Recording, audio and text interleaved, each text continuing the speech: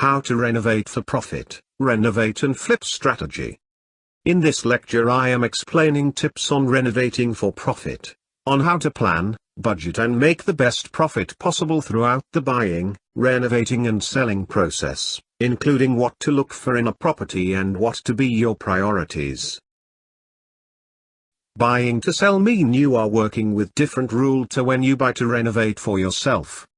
There are some risks that come with the renovate and flip strategy. The greatest risk is that you may not be able to sell the property for a profit or the profit margin that you set out to achieve. This may be a result of purchasing the wrong property type, purchasing in the wrong location or not planning efficiently. Have an effective plan.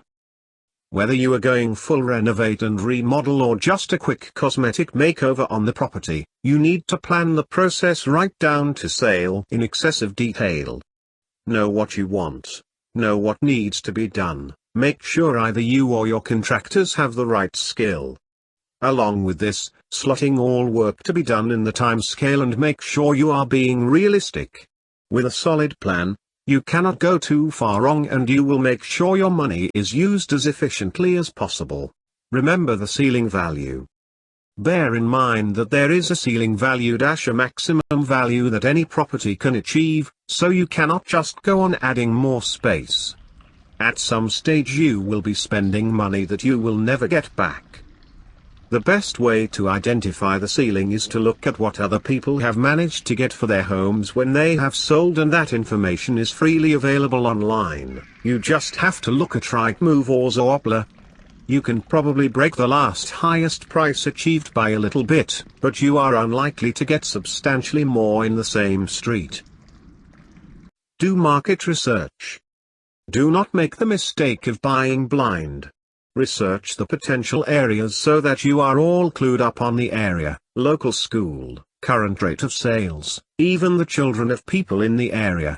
Without this, would not know who will want to buy the property. That really defeat the profit bit of renovating for profit. Find the worst house in a good location and buy it. If you consider about renovating for profit, buy the worst house you can find in the best location that you can afford, as that gives you maximum opportunity to add value. In its current condition, the property is likely to put a lot of buyers off, and the price would reflect that. You can completely renovate the house and totally rebuild it if necessary. Most of the profit is made in the purchase, rather than renovations and updates, so the price you pay for the purchase is absolutely critical. What you have to do is to buy a property that has potential that other buyers have not yet spotted, and so you are not paying a premium for the house. Get the essential renovations first. Can you get away with simple cosmetic renovations for profit, or are you ready to take on a full remodel to really maximize your money? Assessing the work to be done is crucial in your buy-to-sell plan. In terms of prioritizing your budget, it is enticing to think that it is worth spending money on the kitchen, the bathroom, the decorating and the cosmetic finishes, but as soon as a valuer comes to the property they will see straight through those superficial things and look at the property itself. So if your budget is limited, give priority to the maintenance work and renovations of the building, to make sure the building is warm, dry and free of damp, and is a secure property. Do any mainstream maintenance work to the roof, along with any underpinning or stabilization work, and make sure you get the rewiring done then, if it is needed. The last thing you want is to find that the property needs rewiring throughout after you've just completely redecorated it. Fix superficial defects. Small defects do not directly affect the value of a property. However, together they will prevent it selling at the optimum price. Add heating and cooling. Adding or updating the heating and cooling system will always add more to the value of a property than it cost. It is considered an essential by most buyers and mortgage valuer. Using a plumber to add central heating to an average 3-bedroom house will cost about €4,000. Remember that you need to improve the general energy efficiency of the building as well.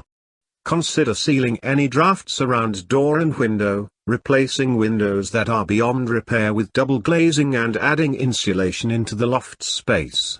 Consider remodeling and extensions while renovating. Once you have looked after the basics of fixing the house and making sure it is structurally energy efficient, dry and damp proof, then focus on making the best use of your space. I always advise people to think about expanding, in order of cost effectiveness. The secret to renovating for profit lies in making more out of less. If you can squeeze an extra bedroom into a property, you're giving your chances of a tasty sale price a big boost. Think about it, 4 beds looks better than 3 on any listing. As always, educate yourself on planning permission and check with your local authority on your limitations. If you are looking at adding that extra something, use an extension or conversion to give your property that winning factor so the others do not stand a chance. Think about remodeling the space the building and try to make the best possible use of the space. You can convert space that has not been converted, perhaps the loft, a garage attached to the property, or a cellar that can be turned into living space. Next, think about the possibilities of extending up because that is always cheaper than extending out, and you do not lose garden space. Then think about extending out the back, because that's most likely to be an opportunity with the property, or the sides. Very rarely, you can extend out the front.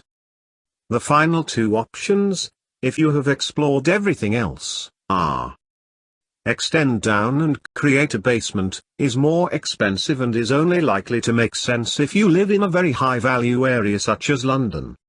If nothing else works, you can usually add extra space at the bottom of the garden with an outbuilding.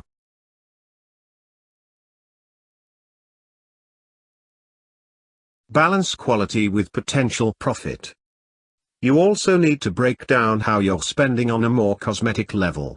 It is easy to go big on the flashy fittings when you are trying to attract a tasty profit, but be mindful of only spending money where necessary.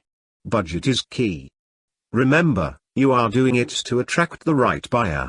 Keeping it simple with walls and carpet means your purchaser can see flexibility in their new home. Do not overdo it with the upgrades. If you are renovating for the first time for profit, the biggest risk is thinking that this is fun, getting carried away with the project and starting to treat it as an interior design scheme and thinking about your own wishes and requirements rather than about the person that is going to be buying it or rent it. You really need to think, who is going to buy the property and what are they looking for? So do your research. Look at what other developers are doing in the same area, be very clear about who is likely to be buying properties in that area and make sure you design the property for them and their needs. Thank you for watching the video. If you watch all my lectures, you may be able to start investing in rental properties a little quicker. Please subscribe to my channel and press the bell to get alerts when a new video is posted. Please write your comments, questions, or concerns you would like to share.